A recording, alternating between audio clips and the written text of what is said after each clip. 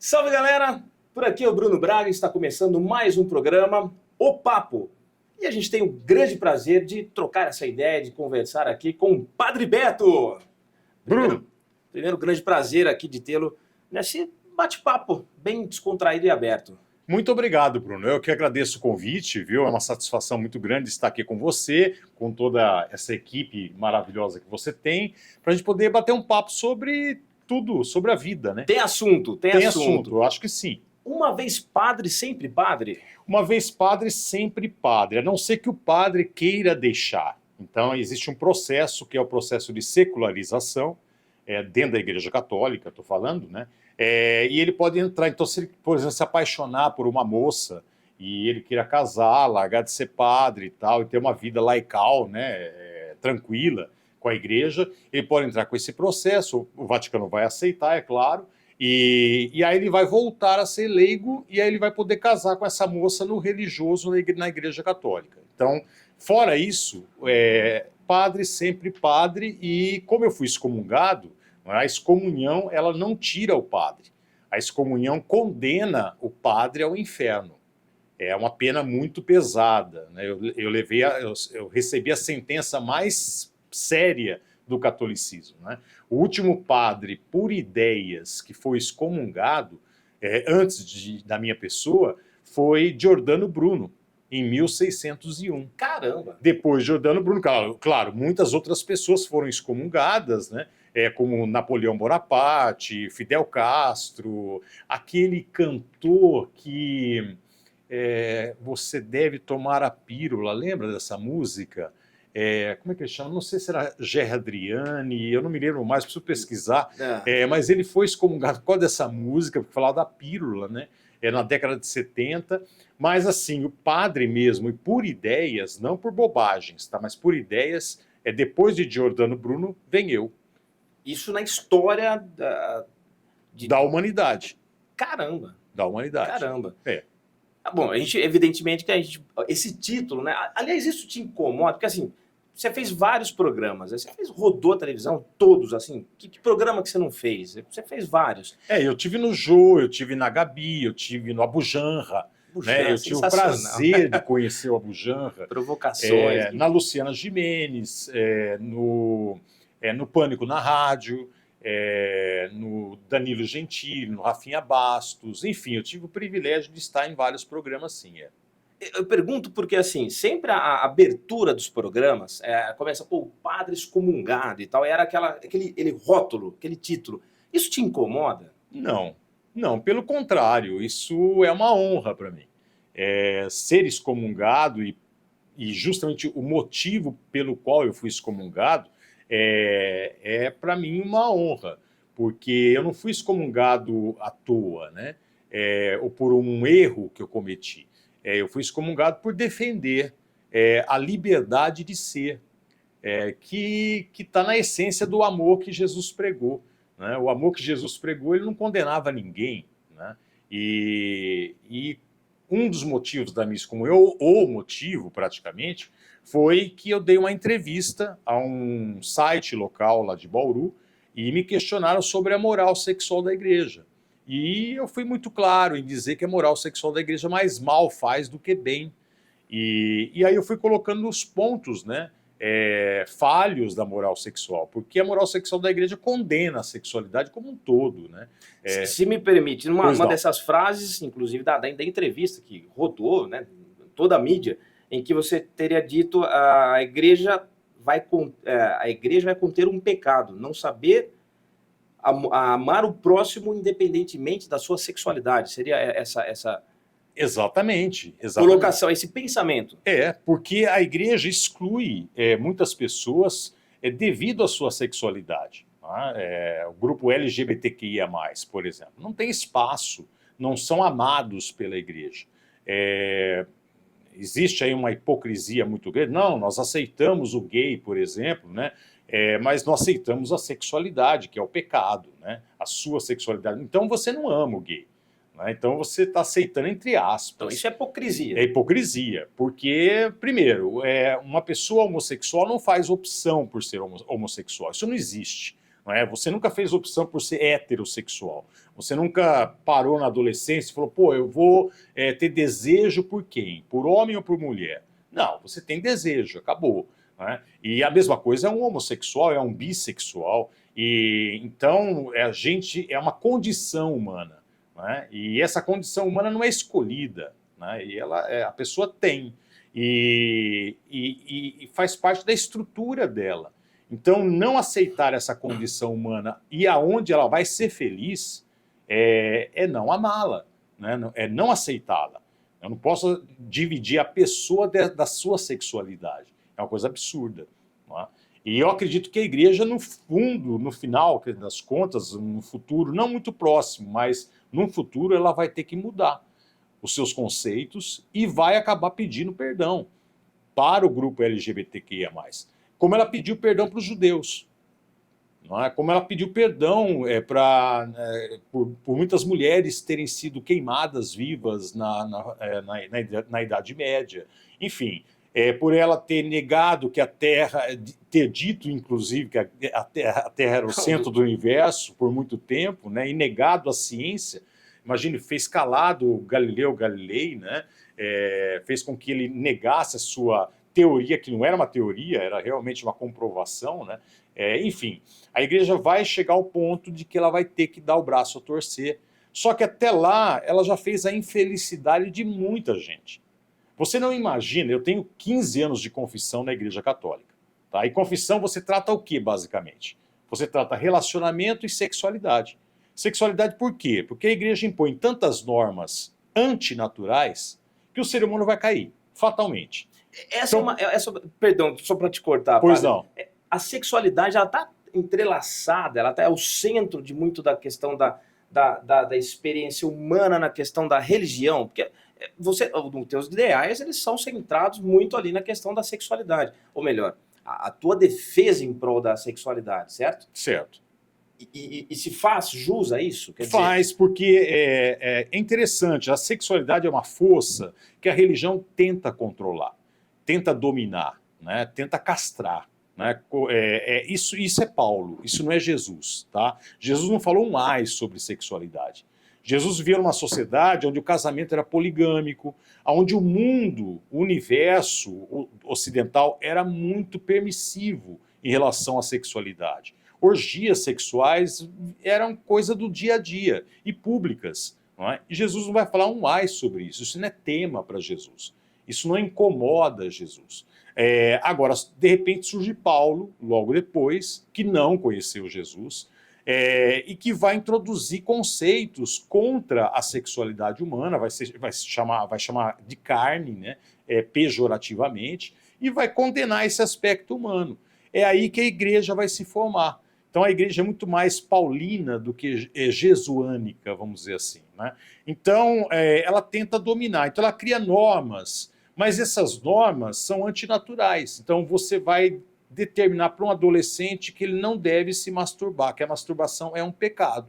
Isso era rotineiro para você, enquanto padre nas confissões? Né? Fatalmente eu recebia jovens com culpa por se masturbarem, né? E aí eu tinha que agir como... Primeiro eu tinha que explicar todo o contexto, dizendo que a igreja, ela muda com o tempo e tudo mais, que esses conceitos não estão lá nos evangelhos, né?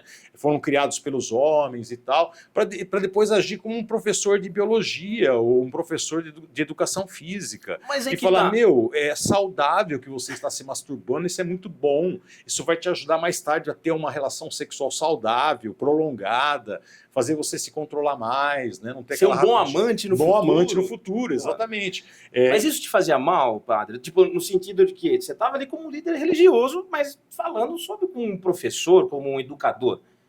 Embora que seja o líder religioso, é educar também, não é?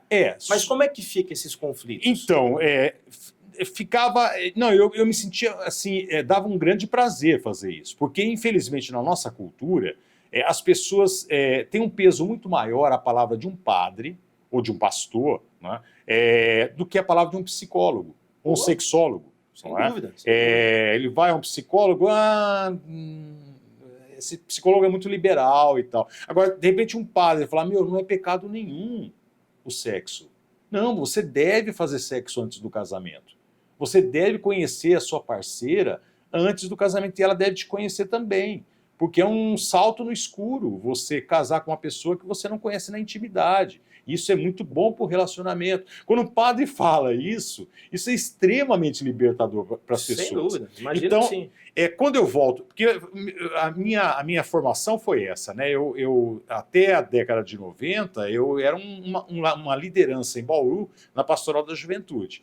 Aí eu decidi ser padre, ganhei uma bolsa de estudos e fui para a Alemanha. Na Alemanha eu passei 10 anos. E eu tive uma formação muito progressista. Na Alemanha, a teologia é uma teologia muito científica. Então, meu professor de Antigo Testamento era um egiptólogo. Caramba. Então, ele fazia escavações do Egito, porque o Egito era um império que teve muita influência sobre o povo hebreu, né? Então, ele ia fazer escavações e depois, outro semestre, ele vinha dar aula para a gente. Que legal. E era dada numa universidade estadual, não é uma universidade da igreja. Tá? Então a teologia tinha que se esforçar em dizer, eu sou uma ciência. Tá? Então eu tive uma teologia muito séria e não uma teologia de doutrina, não uma teologia de cartilha. Né? E depois fiz um doutorado em ética. Então quando eu volto já com muita coisa desconstruída. Mas, só me permite, mas essa ida até a Alemanha e esse teu campo de formação acadêmico, até então, já na igreja, já sendo um líder religioso. Já sendo um seminarista. Seminarista. Eu faço 5 anos de teologia como seminarista. Fui morar num dos seminários mais conhecidos da Alemanha, onde o Bento XVI morou também, que é o Herzoglich Georgianum, que é o segundo seminário mais antigo do mundo, e estudei na Ludwig Maximilian.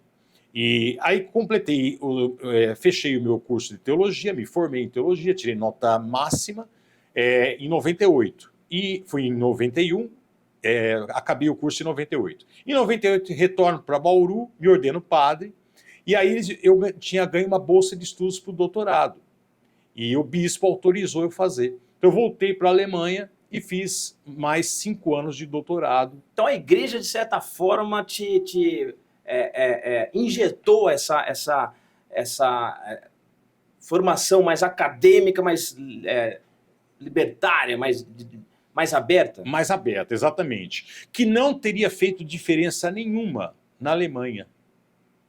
Então você tem uma igreja na Alemanha que na década de 90, os postos da Caritas alemã, que é da igreja, havia a onda da AIDS, né, na década de 90, você ia para um posto da Caritas, você achava camisinha à disposição dos homossexuais.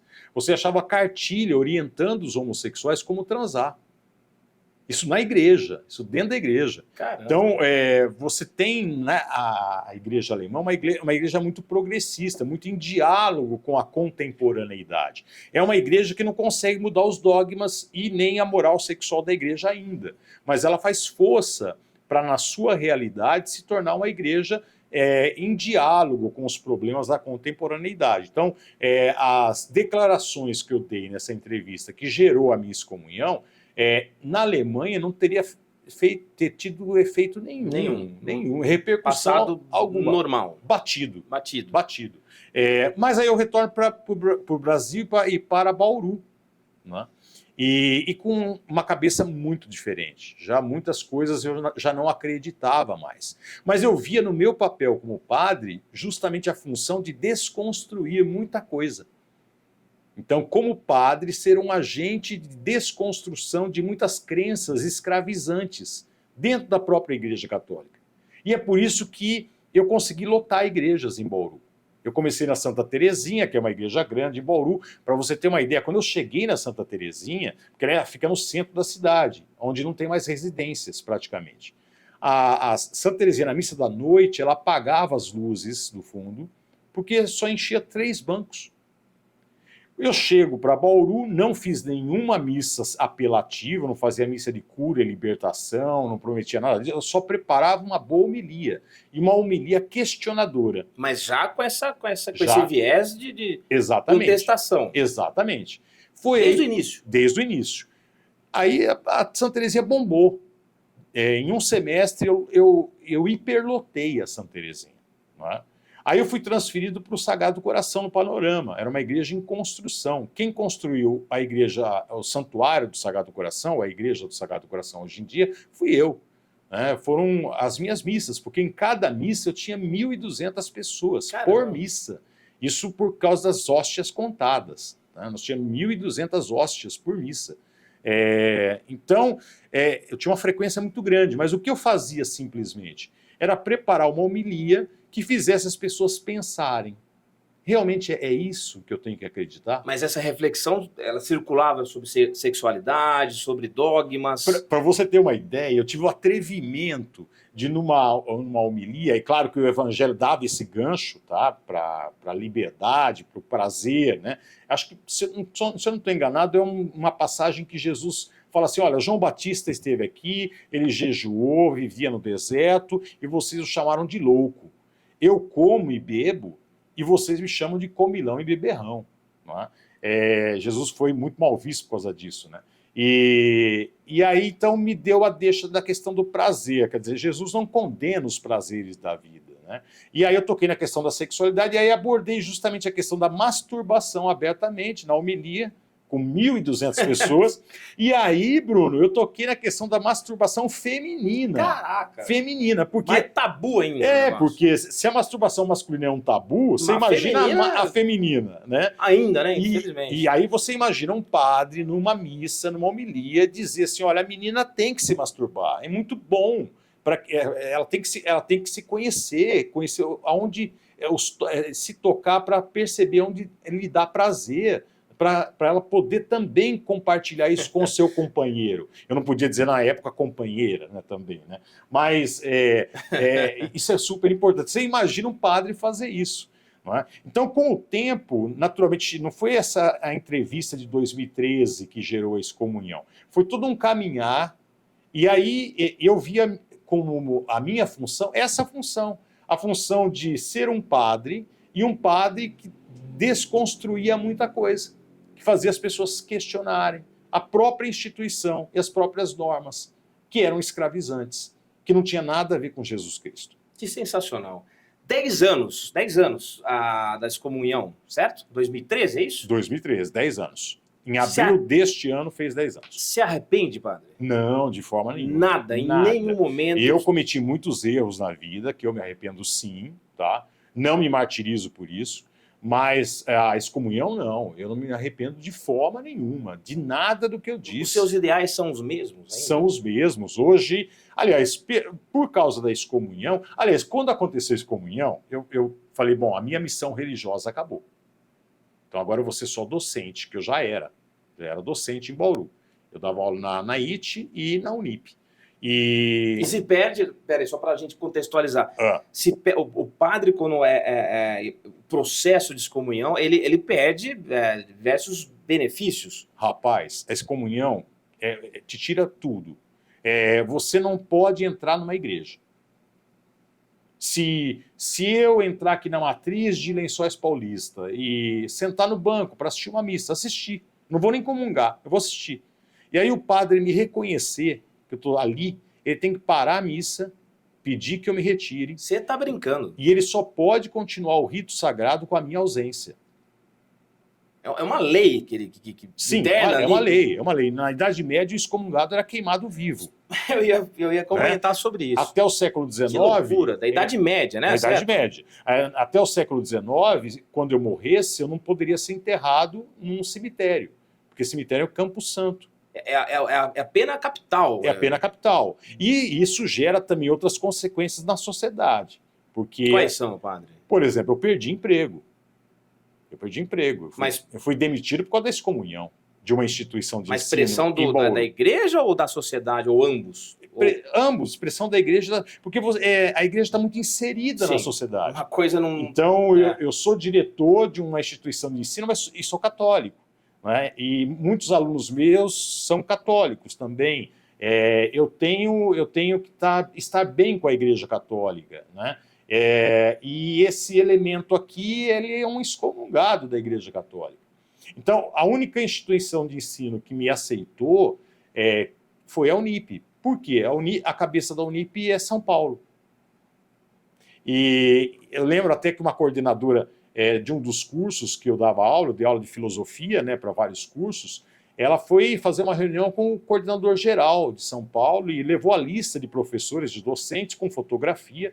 Ele deu uma olhada assim, ele viu minha foto e falou, nossa, eu conheço esse docente aqui, deve ser de algum congresso, alguma coisa assim. Ela deu risada e falou, não, você lembra aquele caso daquele padre que foi excomungado e tal? Então é ele. Né? E ele falou, nossa, que legal que ele está com a gente, isso é muito bom. Isso enriquece o nosso quadro de pensadores, ele é um pensador. Né? Que legal. E, quer dizer, é outra cabeça. Né? Mas aqui no interior do estado de São Paulo, não, a mentalidade não é essa. Então você sofre. Por exemplo, eu era o padre que todo mundo queria ter na festa de aniversário, na festa de casamento. Né? Hoje não. Depois da excomunhão, não. O meu círculo de amizades ficou extremamente reduzido. Porque funciona assim, Bruno. O Bruno fala para a esposa, bem, vamos fazer um churrasco no domingo? Vamos. Ah, legal, vamos convidar quem? Ah, vamos convidar seu tio, sua prima, seu irmão e tal. Ah, vamos convidar o Padre Beto? Opa, vamos convidar o Padre Beto. Aí, de repente, ela pensa melhor e fala, mas espera aí, seu irmão não vai gostar. Ah, é verdade, o Bruno fala. Aí, entre o irmão do Bruno e o Padre Beto, fica o irmão do Bruno, o Padre Beto cai fora. Então, eu me tornei uma pessoa, assim, polêmica e que não é bem vista dentro de um determinado ambiente. Então, tirar foto com o Padre Beto já não é tão interessante. Mas não tem uma galera que te defende, Tem. que você tem uma ala que ainda fala, meu, palmas para esse cara Tem. teve coragem. Porque assim, a gente está falando de valores, né? De certa forma. E sofrimento humano. E sofrimento humano.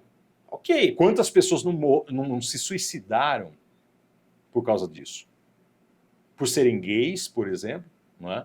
E não se aceitarem por causa disso, justamente porque são religiosos, porque estão dentro de uma instituição católica ou evangélica. E de um lado, né, padre, você tem também um movimento que é isso que eu acho que boa parte da sociedade também fica um tanto quanto de cabelo em pé quando você vê movimentos ou situações ou escândalos de pedofilia dentro da igreja. Com certeza. E aí, padre?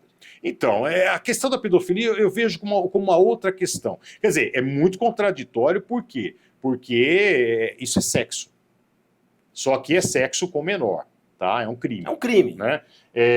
Então, já que a igreja condena o sexo, né, o padre deveria ser uma pessoa casta, deveria ser uma pessoa que vive o celibato, já também que existe a norma do celibato. Ainda cometer o crime de pedofilia aí é absurdo. Mas aí que tá, eu não consigo conceber você ser excomungado por defender, e aí a gente depois vai abrir até, inclusive, a questão, o que de fato te levou a ser excomungado, né? Defender o casamento homoafetivo. Isso. A liberdade sexual. Liberdade sexual. E, de um outro lado, a gente tem casos, claro, são isolados, mas são recorrentes dentro da Igreja Católica de pedofilia, onde a gente não vê, bom, pelo menos não me recordo agora, conversando com você aqui, de casos que foram julgados de padres pedófilos. Não, os pedófilos não são excomungados. Eles são afastados. Eles são encobertos, são transferidos. Então, se alguém em Lençóis cometeu o crime de pedofilia, algum padre, aí ele vai ser transferido lá para São Paulo. São Paulo é uma cidade enorme, ele vai viver no anonimato por um bom tempo ali. Mas ainda pelas custas da igreja.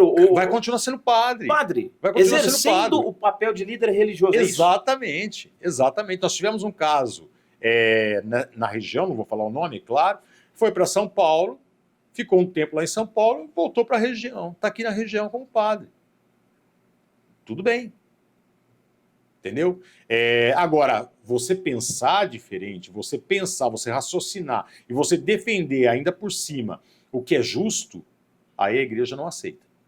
Não é? É o que o bispo falou na reunião comigo, quando ele exigiu que eu pedisse perdão por tudo aquilo que eu havia dito. Ele falou assim, o teu papel não é o papel de fazer as pessoas refletirem. E aí ele apontou para a janela assim e falou assim, as pessoas lá fora não precisam de reflexão. Já existem pessoas refletindo por nós. Que censura. É que há 10 anos atrás a gente era tão ingênuo. Eu tinha isso daqui, só que eu não usei como gravador. Porque se eu tivesse usado como gravador, ia ser um escândalo ia maior. ser um escândalo muito maior, entendeu? Mas, infelizmente, a igreja é assim. E agora, eu não falo só da pedofilia, não. Sim. A pedofilia ainda são poucos casos, se você contar.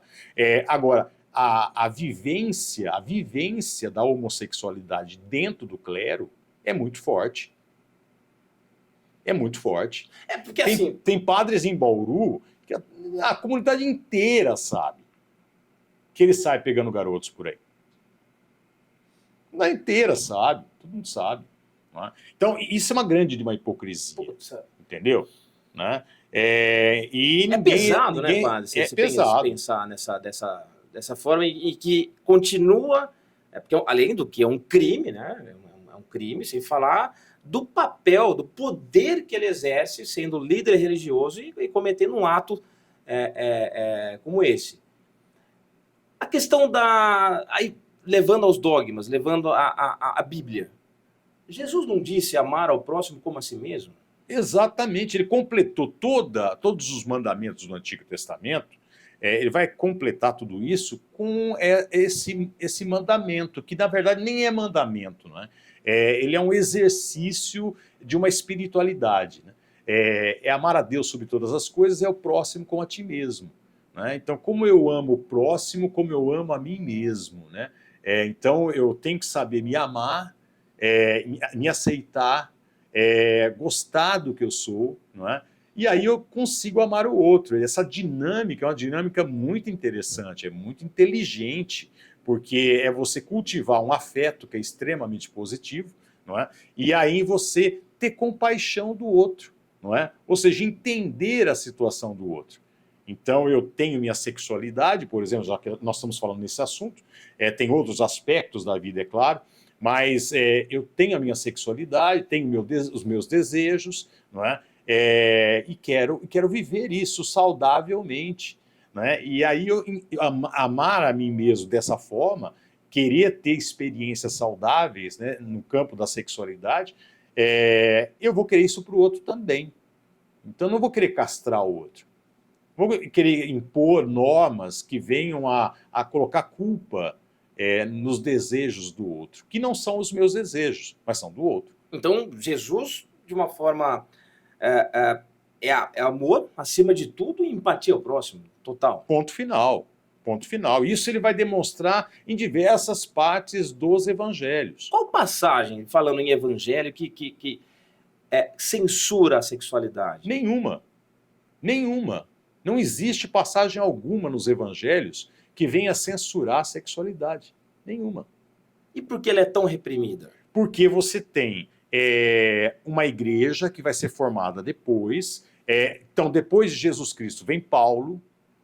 Paulo, ele era um judeu, mas era um romano também. E ele vai ser educado numa escola judaica e vai ser educado também numa escola romana.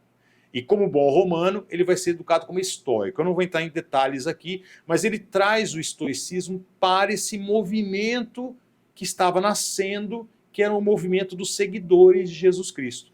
E aí ele vai trazer conceitos que Jesus não tinha. Por exemplo, o conceito de corpo e alma.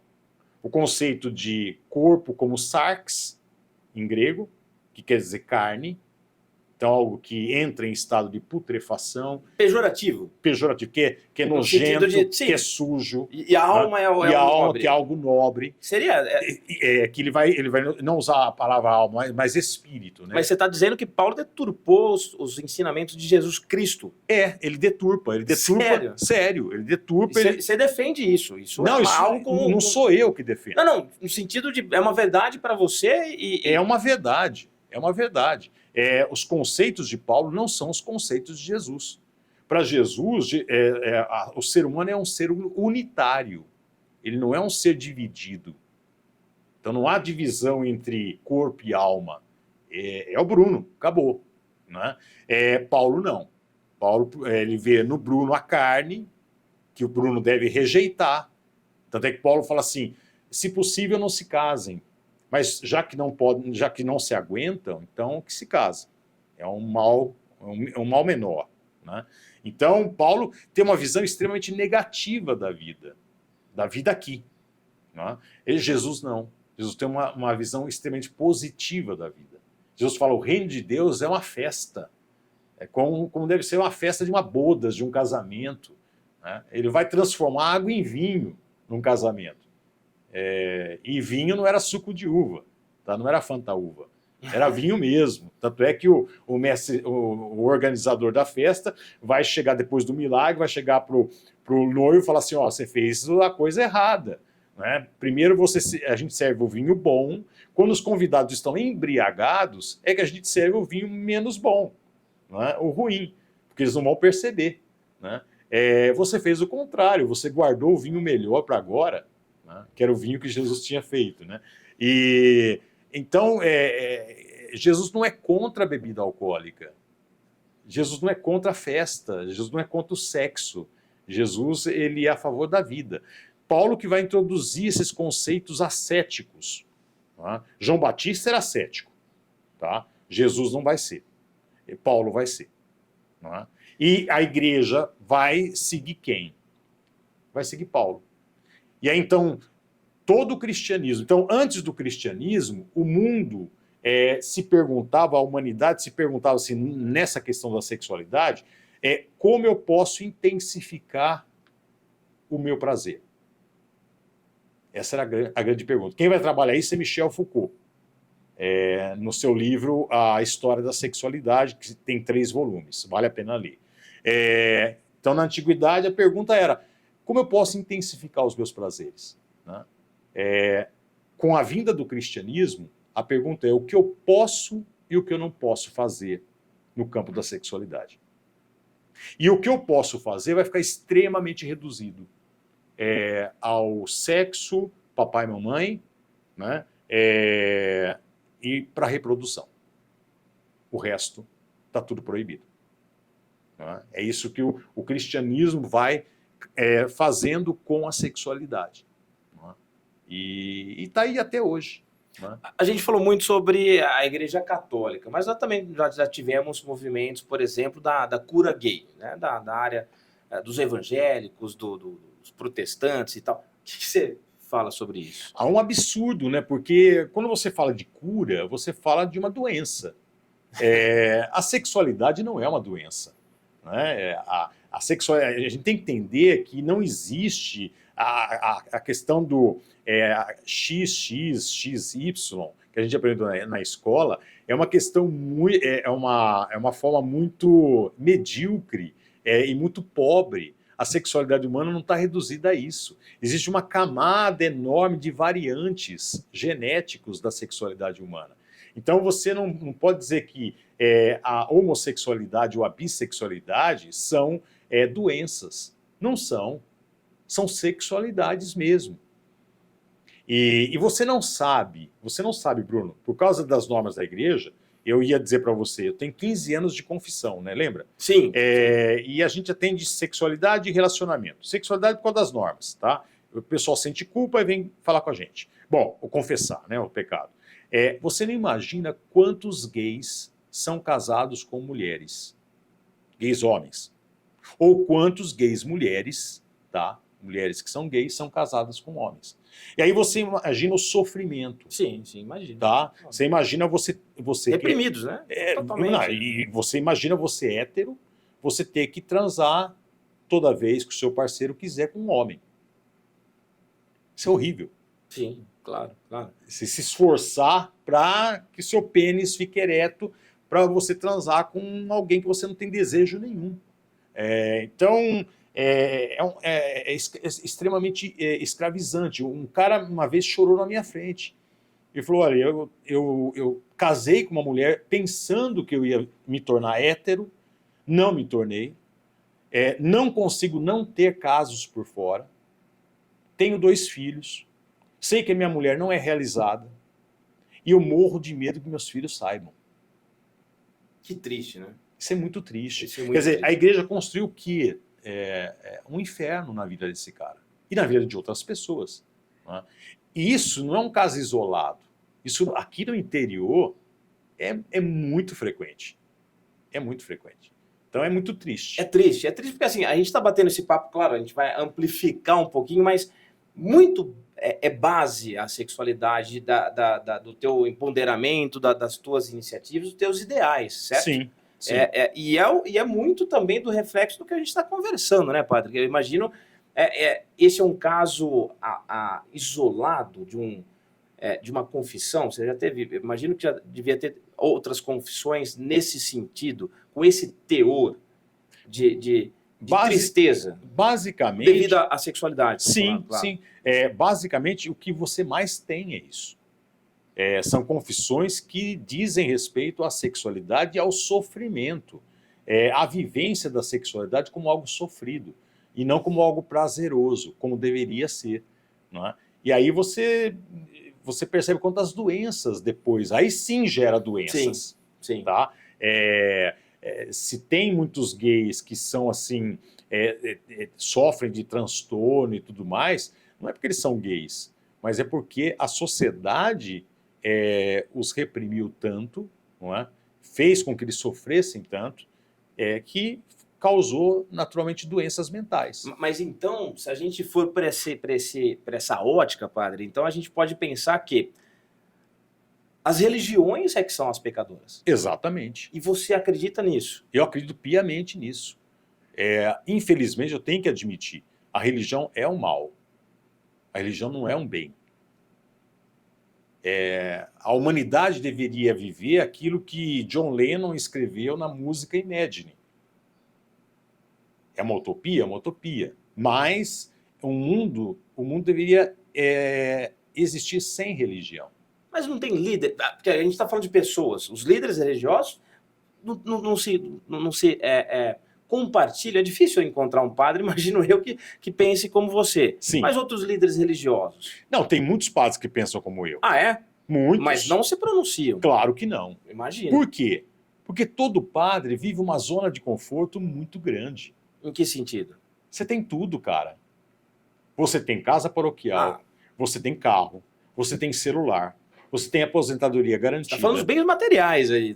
Zona de conforto. Zona de conforto. Eu tenho faxineira, a governanta, que vai fazer minha comida, pessoas que vão fazer minhas compras. Você viu algum padre no supermercado fazer compra? Confesso que... Não existe. Fazem compra para ele.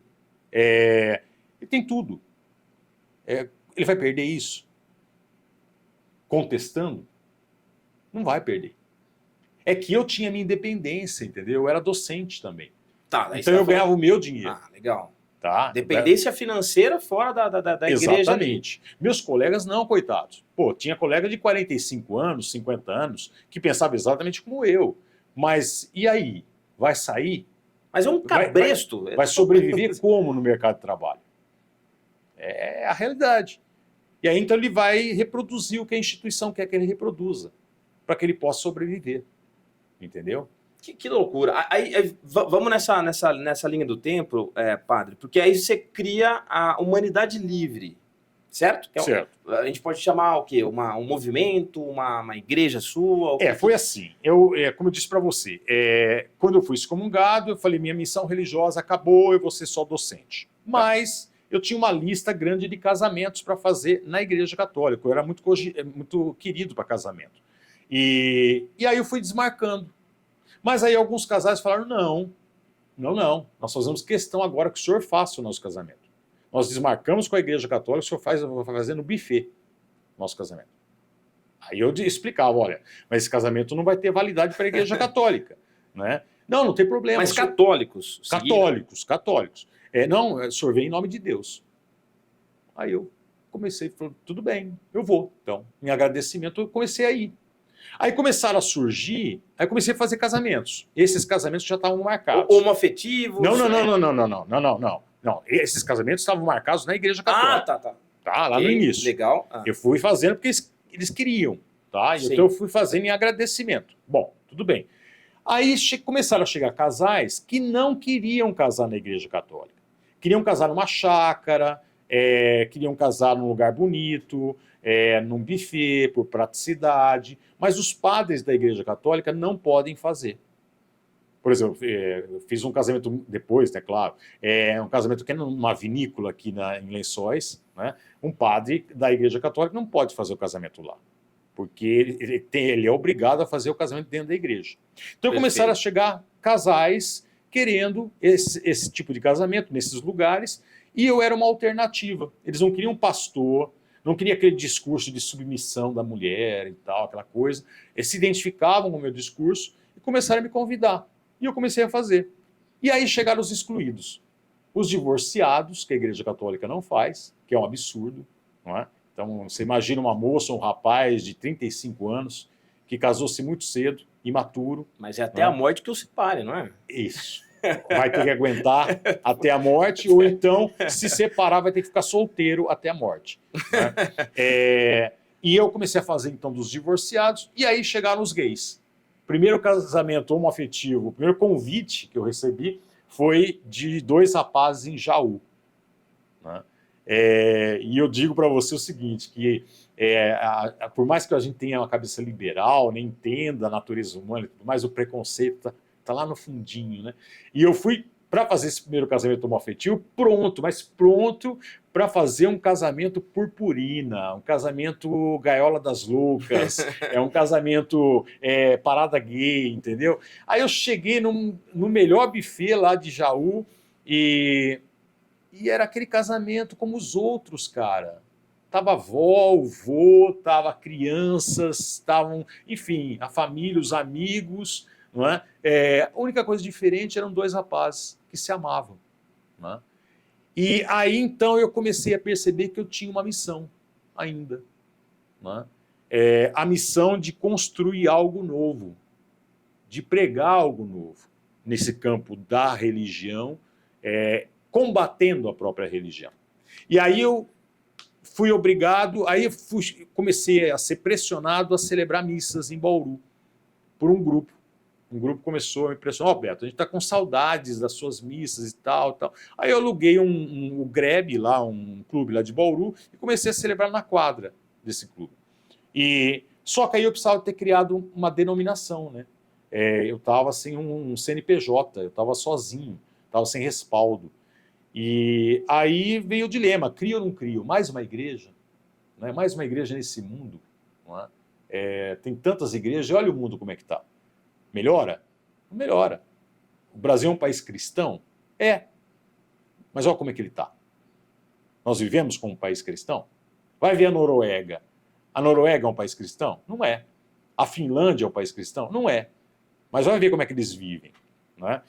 E aí mais uma igreja? Aí eu falei, bom, se eu tenho que criar uma igreja, então eu vou criar uma igreja aonde eu me sinta totalmente à vontade. E aí eu criei a Humanidade Livre. A Humanidade Livre é uma anti-igreja. A Humanidade Livre ela tem um único dogma. Existe um ser superior, que é indescritível. Existe um ser superior que quer que todos tenham vida e vida em abundância. Ponto final. Esse é o único dogma. Nós seguimos Jesus Cristo por quê? E só lemos os evangelhos, não lemos Paulo nem o Antigo Testamento. Nós só lemos os evangelhos nas missas da Humanidade Livre. Por quê? Porque nós viemos de um berço cristão. Se alguém aparecer de um berço budista, ele vai ler Buda. Por quê? Porque Jesus foi um avatar como outros avatares surgiram na humanidade para a humanidade evoluir. Né? Krishna, Buda, mas Jesus. Segue como sendo Messias, como sendo Jesus. Cada um tem um conceito na Humanidade Livre de Jesus. Quem sou eu para tirar o conceito? Tem pessoas que não acreditam que Jesus é o Messias. E lá é permitido. E lá é permitido. Tem pessoas que acreditam que a comunhão é o corpo de Cristo. Tem pessoas que não acreditam. É simbólico. E o que o Padre Beto hoje acredita? Eu acredito que é simbólico. O quê? A comunhão. E eu não acredito que Jesus era o Filho de Deus, é Deus. Tá? Eu acredito que Jesus ele foi um avatar, como falei, como surgiram outros, e vão surgir outros. Como surgiu Krishna, Buda, Mahatma Gandhi, Mandela. São seres que surgem na humanidade para que a humanidade dê saltos de consciência. Mas peraí, padre, vamos fazer um parênteses aí. Então, pera lá, você está falando que uma das principais ferramentas que é a comunhão dentro da Igreja Católica, onde os fiéis, né, sentem a presença do Espírito Santo pelo ato, não é nada demais. Não é que não é nada demais, é um ato extremamente forte. Porque quando Cristo pega aquele pão e fala assim, ó, isso aqui é meu corpo, né? Eu estou dando meu corpo para vocês. É como se ele dissesse, eu estou me entregando totalmente a vocês. Sim, assim, o simbolismo, né, é muito forte, certo? Exatamente. E quando eu tomo a comunhão, eu deveria ter a consciência de que eu estou justamente comungando com esse ato. Okay. Ou seja, eu quero também ser uma pessoa que se doa aos outros, que se joga na vida, que não quer ser uma pessoa egoísta. Entendeu? Esse é o sentido da comunhão. Né? O que muitas vezes, e aí tem ou não tem a ver em acreditar ou não, se é o corpo ou não, mas o que acontece na maioria dos casos? A pessoa vai comungar egoisticamente. Ou seja, a comunhão é para mim. É aquela minha sintonia com Deus, eu e Deus. Não é eu e o mundo. Não é eu ter consciência. Pô, o cara se jogou, o cara se entregou totalmente ao outro. Então é isso que eu vou fazer. No meu dia a dia, no meu trabalho, nos meus afazeres, na minha família, na minha vizinhança. Eu vou me entregar às pessoas. Não, a pessoa sai da missa ali e vai viver o dia a dia querendo mais para ela, querendo prosperidade para ela, querendo que Deus a proteja. Né? Quando acontece uma desgraça na vida do outro, fala, nossa, graças a Deus não foi com a minha família. Né? É assim que as pessoas comungam. E, na minha opinião, não é assim. Então, a humanidade livre, ela respeita todas as crenças. E Jesus Cristo? E Jesus Cristo que você fez um comparativo com Mahatma Gandhi, Buda. Primeiro você acredita que é... Primeiro é o seguinte, a gente está seguindo Jesus Cristo dos evangelhos. Isso não quer dizer que o Jesus Cristo dos evangelhos é o Jesus que viveu historicamente. Eu buguei aqui, padre. Me explique melhor, por favor. Existe uma lacuna, existe uma distância entre o Jesus histórico e o Jesus que está nos evangelhos. Tá? O Jesus que está nos evangelhos é uma ideia. Uma ideia foi construída. Tá, peraí. Então você está falando dos livros escritos por pessoas de interpretações, certo? Perfeito. Tá. E que foram mudados e mudados do transcorrer da história. Primeiro, nós não temos os originais, tá? Qualquer religioso que vier aqui no teu podcast e fala, não, eu sei hebraico, eu sei aramaico, eu li nos originais. Não existe originais. O Vaticano não tem originais. Existe a cópia da cópia da cópia da cópia da cópia. E esses copistas que escreveram à mão modificaram ao seu bel prazer. Tá? Então você tem um Jesus que é muito legal, que é muito bacana, que é muito necessário, tá? Ali nos evangelhos. Agora você tem um Jesus histórico, que nós não sabemos exatamente quem foi. E como ele foi. E se ele foi. Existem argumentos, tá? Para fundamentar que Jesus não existiu. E existem argumentos para fundamentar que ele existiu, só que não foi esse Jesus dos evangelhos. Tá? Se um do lado ou do outro bater o martelo, ele está errado. Não tem como bater o martelo. Não tem como afirmar, não, ele não existiu. Não, ele existiu. Nós temos muito poucos registros históricos. O único registro que nós temos, por exemplo, é de um historiador judeu que ele cita o nome de Tiago e, assim, numa parte, ele fala Tiago é irmão de Jesus que foi crucificado. Padre, só isso. Se me permite, me parece que você perdeu sua fé. Não é que eu perdi minha fé. Não, a minha fé é muito forte. A minha fé é muito forte. Eu tenho fé. Essa contestação final, no nosso final do programa, tá me passando essa ideia, padre. Me corrija se eu estiver equivocado, por favor. No final do programa, eu estou... minha cabeça aqui tá bugada. Com esse relato agora. Então, mas isso não é segredo para bons teólogos e para pessoas que estão dentro da igreja. Apenas eles não dizem. Agora, vai fazer uma boa teologia, como eu fiz. Aí você vai ter realmente pessoas sérias, exegetas sérios, te mostrando realmente o que é.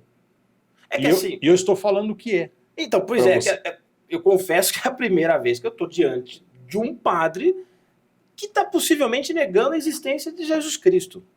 Sim, dizendo que é uma possibilidade que ele não existiu. Possibilidade. Que existe. Ou não. Ou não. Mas que aquele que existiu, se ele existiu, não é o que está nos evangelhos. Agora, o que está nos evangelhos é muito legal, é muito interessante. Eu acho que é fantástico o que está nos evangelhos. Você acha, padre? Acho. Mas espera aí, você acha ou não tem certeza? Não, tenho certeza. Esse Jesus dos evangelhos é muito legal. Tá? É um Jesus que chega, que ele elogia a fé de um centurião romano, ele cura o servo desse centurião e fala assim, eu não vi fé tão grande em toda Israel. Não é? Ele está elogiando a fé de um pagão. Ele está elogiando a fé não de um judeu que acredita num único Deus. Ele está elogiando a fé de um centurião romano que acredita em todo o panteão romano. Todos os deuses romanos. Entendeu? É um Jesus que senta para conversar sobre teologia com uma samaritana. É que o pessoal não conhece o contexto da época. Samaritanos e judeus eram inimigos mortais. É como árabes e judeus hoje, é como Hamas e Israel. Entendeu?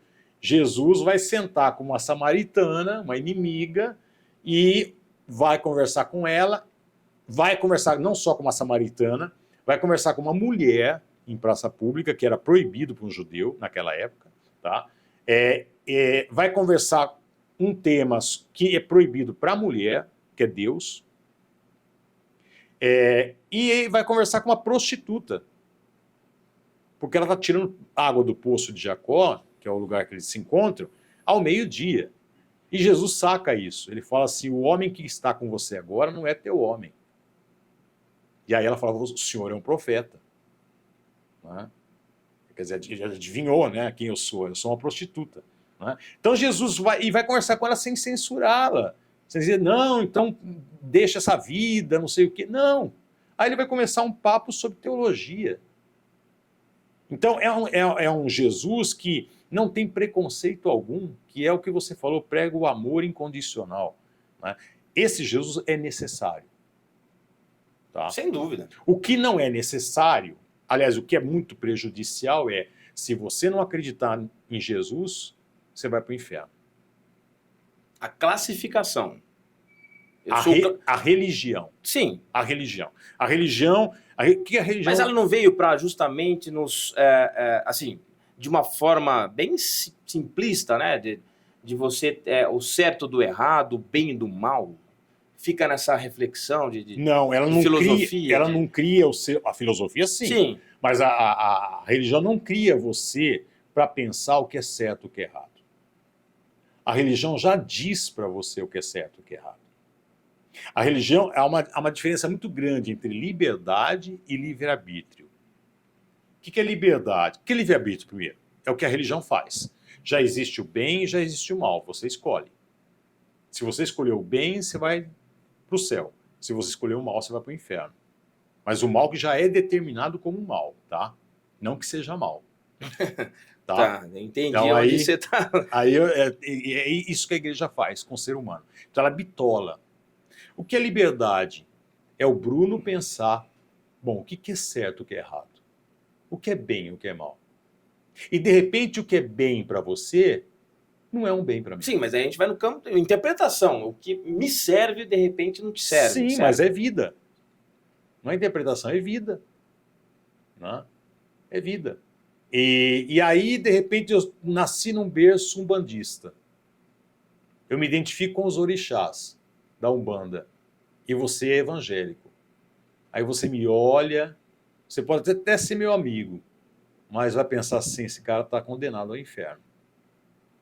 Porque ele não aceitou Jesus. Tá ali de novo, o preconceito. O que as religiões fazem? Divide o ser humano. Ao invés de unir o ser humano, não é? É como um meme que eu vi no Facebook essa semana. Tá Krishna sentado e Jesus numa nuvem, né? E aí Krishna fala para Jesus, bom, quem vai descer agora? Eu ou você? Para explicar para o pessoal lá melhor. Porque eles não entenderam nada, né? Quer dizer, Jesus não veio fundar uma religião. Veio pregar o amor. Só isso. Só. Padre Beto, poxa, primeiro, mais uma vez, muito obrigado. Um papo aberto, o papo que a gente debateu sobre sexualidade, religião de uma forma transparente, né? Bem aberta, isso é legal. E dando a cara, né? Dando peito. Eu acho que são assuntos espinhosos, polêmicos, que poucas pessoas não têm medo, né? De falar o que pensa, e você sempre, há 10 anos, né, de todo o processo que aconteceu, ainda continua o mesmo, seguindo os teus princípios ideais. Esse é o Padre Beto. Esse é o Padre Beto. Continua sendo o mesmo, mas é o mesmo que está sempre aberto para mudança, sempre aberto para o conhecimento, sempre aprendendo, né, sempre lendo. Não é? E eu queria deixar a mensagem, que nós estamos terminando, eu gostaria que o pessoal que está acompanhando esse podcast começasse a pensar, a raciocinar. Por favor. Será que a minha crença, religiosa ou não religiosa, essa crença realmente faz bem para mim e para o outro? E se existe um Deus, é isso que Deus realmente quer? Vamos parar para pensar seriamente, né? E não ter medo. Eu disse várias vezes em homilias na Igreja Católica, a gente não pode ter medo de pensar, porque Deus nos deu esse dom para pensar, para raciocinar. E se um dia, quando eu morrer, se um dia eu tiver o prazer de estar de frente a esse Deus, e ele vier me condenar por causa disso, eu vou dizer para ele, não, você não tem esse direito, porque você me fez assim. E não me deu a verdade para que eu soubesse realmente. Fantástico. Você me deu uma verdade aí muito duvidosa.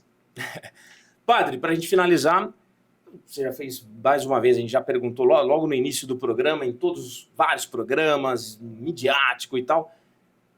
Todas as respostas já foram ditas? Tem alguma pergunta que você gostaria de ter tido a oportunidade de responder ou de falar? Olha, eu acho que não. Eu acho que vai ter sempre, né, perguntas a serem feitas que ainda não foram feitas, né, e que eu não sei se eu terei capacidade de responder. Mas eu só posso lhe dizer que eu sempre estarei aberto para qualquer pergunta. Como eu também não me nego a me fazer perguntas. Padre Beto, o que é a vida após a morte para você? O que você pensa sobre isso? Olha, Bruno, eu já tive muitas experiências que podemos falar de místicas, que são místicas, tá? Eu acredito profundamente que exista um plano superior. E eu acredito profundamente, mas tudo isso são intuições, tá? Eu acredito que esse plano superior, que os antigos chamavam de céu, não é? Que não é o espaço, né? O espaço é o espaço, sim, tá? Sim. Não é esse céu, né, hipotético que falavam antigamente, né? O que falam ainda, né? Mas esse plano superior, ele é aqui. Ele é paralelo ao nosso. Quando meu pai faleceu, ele faleceu na minha frente. Meu pai me esperou chegar em casa, na casa dele, para que ele partisse. Ele foi para casa para morrer, ele não quis ir para o hospital, ele estava tendo um infarto, e eu todo dia passava naquele horário. Então ele me esperou. E foi a única pessoa que eu vi partir na minha frente. Porque o padre ou chega antes ou chega depois, né? E eu senti mais profundamente que meu pai não estava saindo assim, ó. Tem aquela visão infantil, né? Que a alminha sai. Não, meu pai estava entrando. eu senti no peito do meu pai, como se tivesse aberto um portal, alguma coisa assim. E desse portal foi me transmitido uma paz que eu nunca havia sentido na vida. Na vida. Então meu pai estava indo, eu senti que ele estava entrando nesse portal. Mas uma experiência que você teve. Sim, é uma experiência profunda e foi muito palpável.